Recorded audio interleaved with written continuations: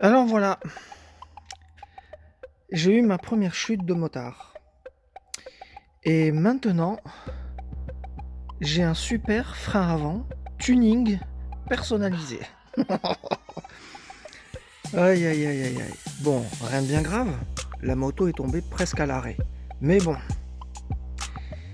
j'ai un frein avant à retravailler. Alors, dans l'idée, je vais le démonter.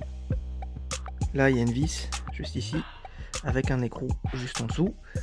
Ça s'enlève. On défait le câble et je vais juste retirer ça pour essayer de le retordre avec mon décapeur thermique, vous savez, mon sèche-cheveux là, pour qu'il puisse ressembler un peu plus à ça du coup.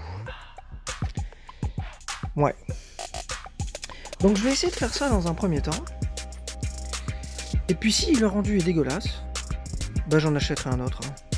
J'en ai vu sur internet des pas forcément trop chers et qui étaient d'ailleurs plus jolis que ceux-là. Voilà.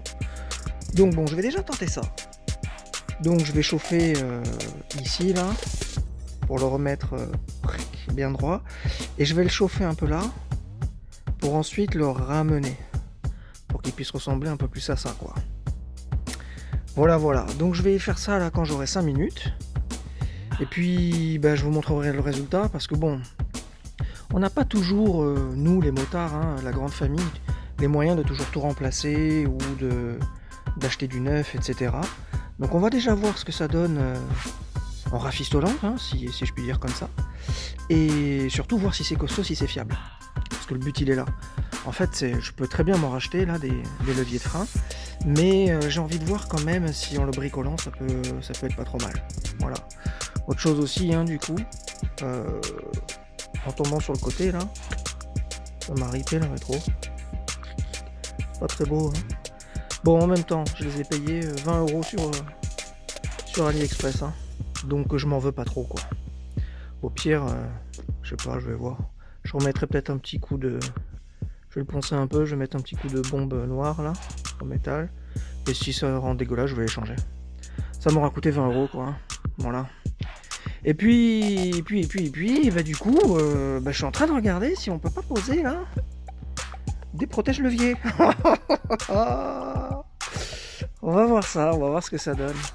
Je vais m'enseigner, voir si ça marche vraiment, parce que bon, si tu tombes, que le protège-levier il se plie et qu'il te plie le levier, ça sert à rien quoi. Faut voir si c'est vraiment costaud et si ça tient bien quoi. Enfin bon. Voilà les aventures d'un motard. Alors voilà, je viens de démonter le levier. Rien de plus simple. Un boulon, un écrou. J'ai fait ça avec une clé à pipe là de 10, un tournevis. Donc j'ai viré ça et maintenant c'est parti pour l'opération chaudronnerie. Remettre droit mon levier pour essayer de le faire ressembler à ça. Bon, c'est à peu près le mieux que j'ai pu faire. Ouais. On l'a un peu redressé mais c'est un peu chiant et en fait ici là j'arrive pas vraiment à le remettre. Bon, j'ai pas passé 10 minutes dessus non plus mais vous avez vu, je l'ai un peu abîmé en fait. Oh attends. Du coup avec une pince, putain, le truc il est brûlant. Je l'ai un peu abîmé.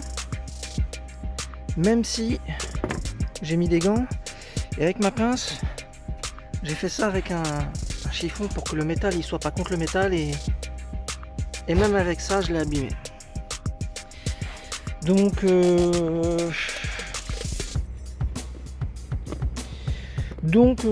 c'est de la petite réparation, hein. Bon, déjà on peut s'en servir, il est redressé, mais je vais en acheter des nouveaux, hein. Voilà quoi. Voilà. Putain, c'est brûlant encore ça rase. Donc bon, peut-être que je pourrais passer plus de temps pour essayer de travailler là-dessus là, mais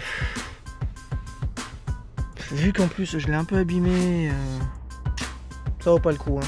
Donc je vais pouvoir le réinstaller pour rouler dessus, mais je vais m'en commander des nouveaux.